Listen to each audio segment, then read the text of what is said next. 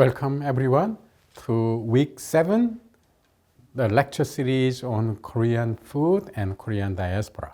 And my name is Chang-Ju Song, a senior lecturer in Asian Studies at the University of Auckland in New Zealand. Today, we will talk about a very interesting topic on how Korean diaspora globalized Japanese sushi in North America and Europe and Oceania. So the topic that we will cover today includes the history of Japanese food, sushi, and how this interesting food, which is extremely exotic food, especially for Europeans, by the way, because of the sticky rice and raw fish, how this food was accepted by the mainstream members of American society, especially after 1970s.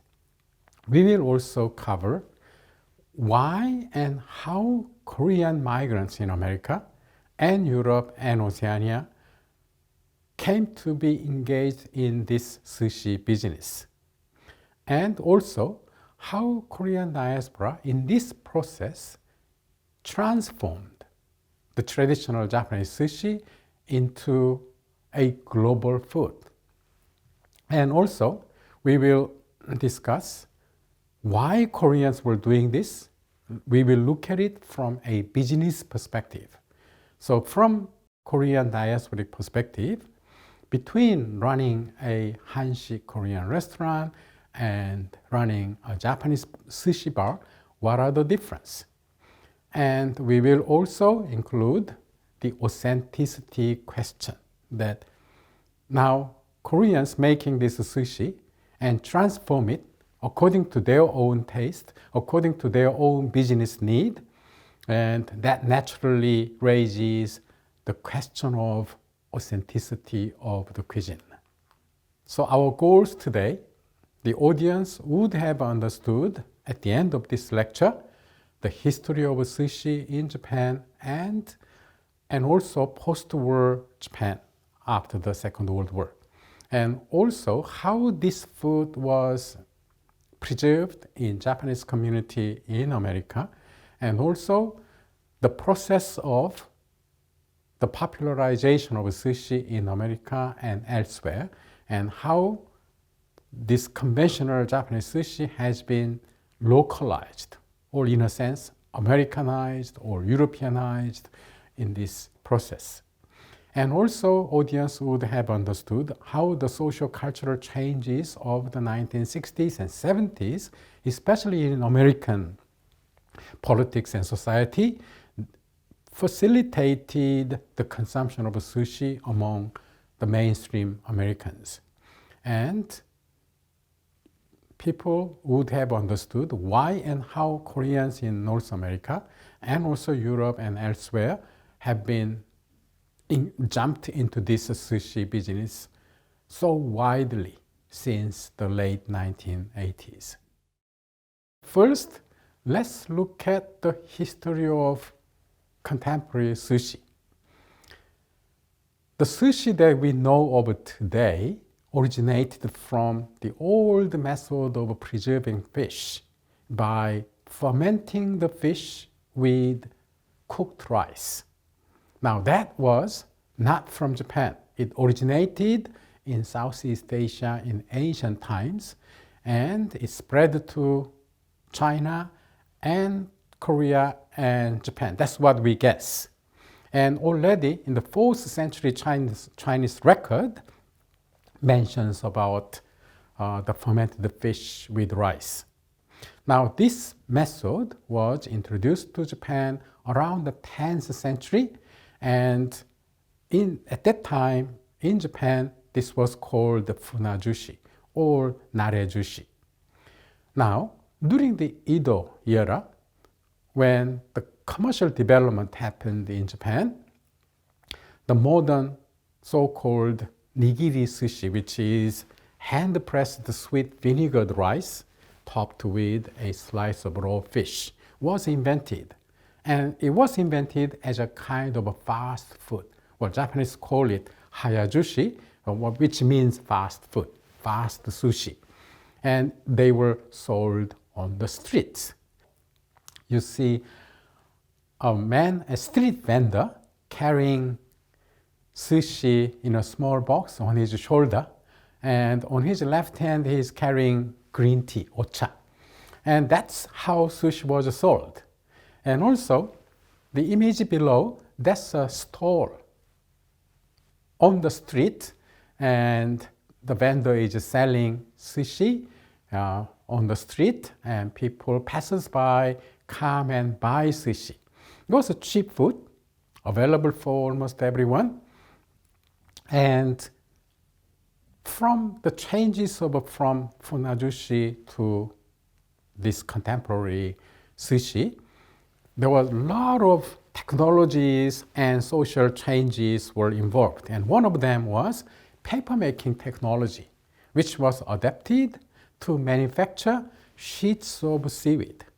Now this technology was an innovation, almost revolution, in the turning that natural seaweed into a paper-like sheet. And once they had this paper-like sheet, rice could be rolled very easily. So this is the image of funajushi today in Japan. And as you see on your right, that large wooden bowl, you put salted fish with salt and rice, and fish rice, and then you press it with those the white rocks. Each of them weighs almost 30 kilograms, and you wait for at least a few months, if not half a year, then you have this kind of funajushi on your left. And here the inside, the yellow, the brown color, that's fish egg. They used mostly female fish. They caught from actually small streams and river near the lake Biwa, which is near Kyoto today. So that in Japan, that was the origin of funajushi. And this kind of food actually was quite common around South Korean call the sea Donghae, East Sea, or Japanese call it Nihonkai, the Sea of Japan. So the eastern coast of Korean Peninsula and the west coast of Japan, they shared similar culinary culture in ancient days. And you can see this from on the left, that's the Korean, the Hamgyongdo style Myeongtae sundae, which they use cod and remove inside and fill it with cooked rice and some salt and so on, and you preserve it, and once it is all fermented, then you eat it. But today, the Hamgyongdo Myeongtae sundae, people steam it to make the process very quick. But anyway, this kind of food is very similar to Japan's funajushi, so we can tell that there is a very close connection between these two kinds of cuisine. So that was the original funajushi, and modern sushi was invented out of it in modern Japan near Tokyo. Actually was invented in Tokyo, because Tokyo being industrialized and becoming industrial city, people's life become very busy and they need something very quick, like hamburgers in America. So sushi became a fast food, even faster food in modern Japan. So let's look at that. I told you that in Japanese tradition, during the Edo era, this kind of sushi was sold on the streets. But 1950s, it changed. 1950s, Japanese economy started to grow and the government was concerned about sanitation. The sanitary reasons, they recommended sushi bars to go indoor, which means now street vendors were discouraged. But of course, even in early 1960s, there were the outdoor sushi bars, like the one at the top you see. That's on the street and they are selling sushi. But then around that time, as you see from the image at the bottom, the sushi bars became indoor restaurant. So it was also that time that sushi came to include various types of meat, not just the fish, vegetables, and cooked seafood, along with extra ingredients like cucumbers, eggs, and so on. And also various types of new sushi, such as makijushi, which is sushi rolls, also appeared around this time. So that's the sushi, also all kinds of sushi you see today. There is a nigiri sushi with fresh fish, raw fish on the top, and also makijushi, which is rolled with kim or nori. So all kinds of sushi you see there, and that's a Japanese style fast food. So this is the sushi you see today. And now for Europeans to consume this kind of exotic food is a great challenge in the beginning, and in our next session we will talk about it.